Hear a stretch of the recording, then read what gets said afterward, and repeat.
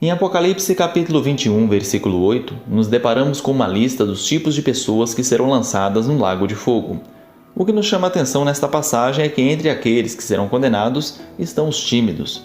O apóstolo João escreveu o seguinte: Mas quanto aos tímidos e aos incrédulos e aos abomináveis e aos homicidas e aos que se prostituem e aos feiticeiros e aos idólatras e a todos os mentirosos, a sua parte será no lago que arde com fogo e enxofre, o que é a segunda morte.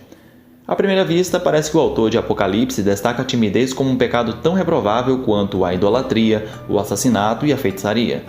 Obviamente que não é o caso, somente é considerado pecado aquilo que está expressamente proibido nos 5 primeiros livros da Bíblia. E lá se proíbe o culto aos ídolos, o homicídio e a bruxaria, mas não fala nada sobre timidez, pois não se trata de um pecado, apenas de um traço da personalidade.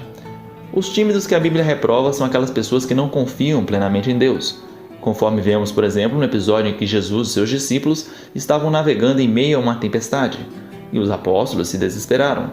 Em seguida, Jesus acalmou a tempestade ao ordenar que ela cessasse. Em Marcos capítulo 4, versículo 40, Jesus dirige as seguintes palavras aos seus discípulos: Por que sois tão tímidos? Ainda não tendes fé? Em outras passagens, a timidez é comparada à covardia, como podemos ler em Deuteronômio capítulo 20, versículo 8 e Juízes capítulo 7, versículo 3. Portanto, o tímido mencionado na Bíblia não é um indivíduo introvertido, mas aquele que não confia no Senhor e que tem receio de aceitar a Cristo como Salvador.